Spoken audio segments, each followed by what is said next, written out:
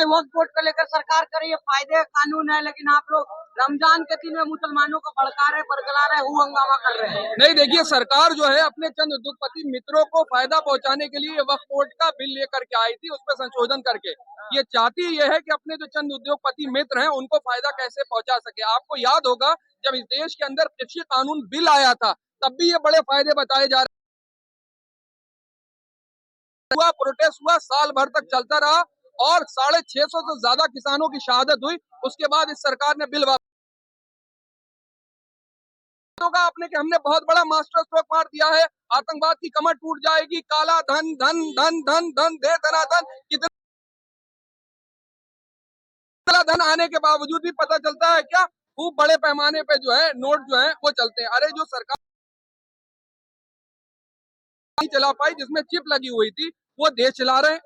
हैरत की बात है। दिक्कत इस बात की है जो वक्फ बोर्ड की प्रीमियम है वो चंद उद्योगपति अपने मित्रों को, कॉर्पोरेट घरानों को देना चाहेंगे। आप वक्फ का यूजर खत्म कर दे रहे हैं। आप चाह रहे हैं कि जो एक भ्रम फैलाया जा रहा है कि वक्फ बोर्ड जो है भू माफिया हो गया है,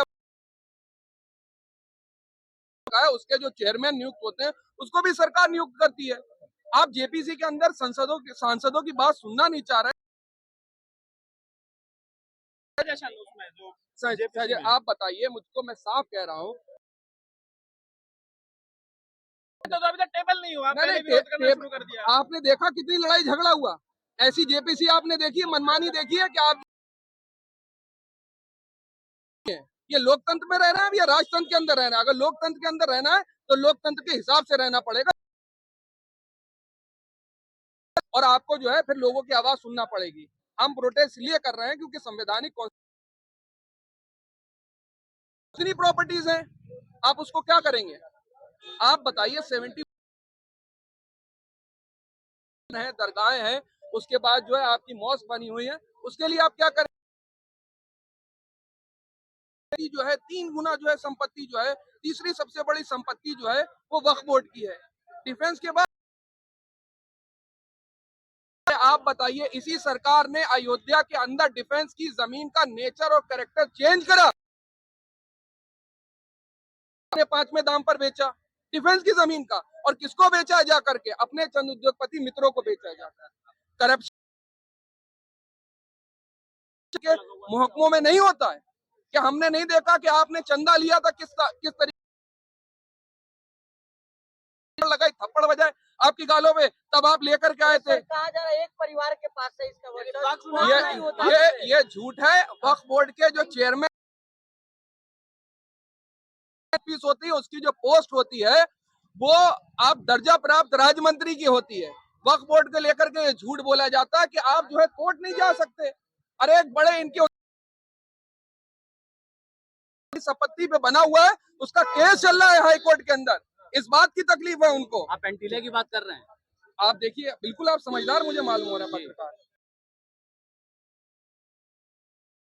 पढ़ा उसका, बड़े तमाम बड़े अखबारात ने उस चीज के बारे में लिखा है। चीजों में जो है कहीं भी जाके दावा ठोक देता है, एक दिन पूरे देश पे दावा ठोक देगा वक्त। ऐसे होता है वक्फ बोर्ड कहीं पर भी इस देश के अंदर आप बंद करना चाह रहे हैं। आप बताइए, जिन साहब का केस चल रहा है वो कौन सी अदालत में चल रहा है? आप ट्रिब्यूनल से दिक्कत है, वक्फ बोर्ड जो है ट्रिब्यूनल में चला जाता है। उनको चलाता कौन है? सरकार ही चलाती है। उसके जो नुमाइंदे होते हैं वो भी सरकारी होते हैं। उनके जो जज बनते हैं, जो आप अपने ही लोगों को बदनाम कर रहे हैं। जो सर्वेयर होते हैं वो भी सरकार के नुमाइंदे होते हैं। आप चाहते नहीं कि इस देश चले, लोकतंत्र से चले। आप जानते हैं जैसा हम चाहते हैं, जैसी हमारी मनमानी चाहते हैं, हम वैसे चलाना चाहते हैं। तो माफ करिएगा, इस संवैधानिक देश के अंदर रुपया खत्म हो जाएगा, वो निकल लेंगे अपने उनके खुद आइडियल। और चंद्रबाबू नायडू जी ने आदरणीय प्रधानमंत्री जी के लिए क्या कहा था, याद है आपको वो शब्द? मैं तो वो दोहराऊंगा भी नहीं, आप देखिए जाकर मैं क्यों कहूँ चीज को जाकर। आम मुसलमानों को क्या फायदा इससे? आम मुसलमानों को? अरे आम मुसलमानों की तो जमीन है ये वक्त की प्रॉपर्टी मुसलमानों की मिल्कियत है, किसी और की थोड़ी ना है कि सरकार आएगी कब्जा कर लेगी। यहाँ पे गरीब मजदूर, जो गुरबा लोग हैं, जो फीमेल्स हैं, जो तलाकशुदा हैं, जो विधवा हैं, उनके लिए बड़ी सहयोग मिलता है उससे। तमाम प्रॉपर्टीज ऐसी हैं, सरकार ने तो बहुत सी दिल्ली के अंदर प्रॉपर्टीज पे कब्जा कर रखा है, उनको भी छुड़ाना जरूरी है और छुड़ाया जाएगा। केस चले, लोगों को फायदा नहीं पहुंच रहा है, आम लोगों को किसको? माइनॉरिटी। आप वो बात कर रहे हैं माइनॉरिटीज की, आम जनता को तो फायदा वैसे ही नहीं पहुंच रहा है, वो फायदा पहुंचाते हैं अपने चंद उद्योगपति मित्रों का। अभी देखिए ना एलन मस्क का, पढ़ा ना जाकर के क्या हो रहा है, दोनों जाकर के नतमस्तक हो गए, जाके बड़े बड़े दोनों उद्योगपति, और केस भी चल रहा है उनके ऊपर, जो बड़े उद्योगपति साहब हैं, उन्हीं को फायदा पहुंचाने के लिए, डाइवर्ट करने के लिए लेकर के आया गया। और अगर इतने ही मुसलमानों से प्रेम है, इतनी ही मुसलमान, तो माइनॉरिटी का बजट बढ़ा दीजिए आप। माइनॉरिटी का बजट आप कितना बढ़ा रहे हैं? लगातार बजट घटाते हैं, कभी कम करते हैं। 5,000 करोड़ रुपए से अधिक का बजट नहीं है अभी तक। बिल अगर पास हो गया है तो आप लोग क्या कर लेंगे? प्रोटेस्ट होगा। बिल तो वो भी पास हो गए थे, कृषि कानून बिल भी पास हो गए, फिर सरकार ने वापस लिए। कोई भी फैसला सरकार का जो होता है ना, वो हमेशा ये नहीं होता कि मजबूती के साथ उन्होंने लिया या वापस नहीं हो सकता। ये लोकतंत्र है, राजतंत्र है।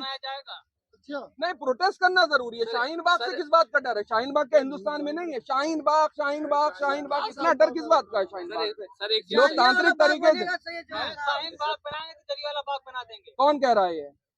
अच्छा, तो बता दिया कि हम अंग्रेजों की तायीद करते थे, अंग्रेजों के दलाल थे, अंग्रेजों के पिट्ठू थे, इसीलिए वो अंग्रेजों वाली भाषा बोल रहे हैं। यही तो कहना चाह रहे हैं वो, कि अंग्रेजों के हम दलाल थे, अंग्रेजों के हम पिट्ठू थे, जो अंग्रेजों में जनरल डायर ने करा था तो हम भी वही करेंगे। लेकिन आपको बता दूं, जिस वक्त जलियांवाला बाग हुआ, खान अब्दुल गफ्फार खान साहब ने कहा था अगर किसी भी पठान की पीठ पे गोली निकल आएगी ना तो हम आंदोलन बाहर कर देंगे। 3 दिन तक चले, 65 से 62 जो है पोस्टमार्टम हुए, किसी भी एक मुसलमान के पीठ पे गोली नहीं थी, सामने गोली थी। इस देश की आजादी की लड़ाई के लिए हम लोग ने कुर्बानियां दी हैं। ये कहाँ जानेंगे? ये तो अंग्रेजों की तायीद करने वाले थे, 60-60 रुपए लेकर के अपना घर चलाने वाले थे। वो तो आजकल सारे जवाब जो है एक्स के ऊपर रोक दे रहा है। नहीं तो वो एक्स पर ही देंगे। नहीं, एक्स पर जो है आर्टिफिशियल इंटेलिजेंस भी वही जवाब दे रहा है जो आप बता रहे हैं। एक चीज खाली मैं आपसे पूछना चाहता हूँ, इस देश के संविधान में आज तक सैकड़ों संशोधन हो गए, आपको लगता है कि जो वक्फ बोर्ड का जो ये बिल है, जो मौजूदा बिल है, या आपको लगता है कि ये कंप्लीट है, इसमें कोई विसंगति नहीं है, इसमें कोई सुधार की? देखिए, सरकार जब भी कोई भी चीज अमेंडमेंट करती है ना, वो लोगों के सुधार के लिए करती है। जी, ठीक है। कोई भी बिल आता है, चर्चा करी जाती है, व्यापक तौर पे बातचीत करी जाती है और लोगों के सुधार के लिए करती है। ये पहली सरकार ऐसी है जो चंद उद्योगपति मित्रों के सुधार के लिए काम करती है। मैं आपसे फिर कह रहा हूँ, देश के लोकतंत्र को, आवाज को सुनना पड़ेगा। यहाँ के माइनॉरिटीज को, यहाँ के मुसलमानों को, यहाँ के दलितों को, यहाँ के ओबीसी को साथ में एक बड़ा स्टैंड लेने की जरूरत है। अन्यथा आप देख लीजिए, हर किसी को ये किनारे से लगा दे रहे हैं। यहाँ के मुसलमानों को इन्होंने किनारे से लगा दिया, यहाँ के दलितों को किनारे से लगाते चले जा रहे हैं। ओबीसी का जिस तरीके से रिजर्वेशन खा रहे हैं, उनको भी किनारे से लगाते चले जा रहे हैं। पावर का सेंट्रलाइजेशन हो रहा है। भारत का socio economy political justice system जो है वो कोलैप्स कर रहा है और लोगों को साथ में आने की जरूरत है। अन्यथा देश के अंदर यही होता रहेगा जो हम देख रहे हैं। इकोनॉमी पे बात करिए।